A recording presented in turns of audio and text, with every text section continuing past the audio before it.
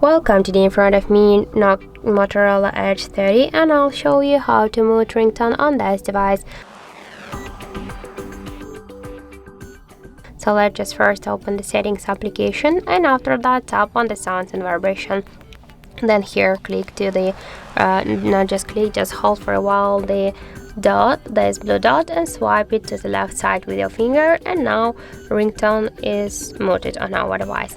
Also, we had a second way how we can do that. Just press up or down volume button, and after that click here on the three dots.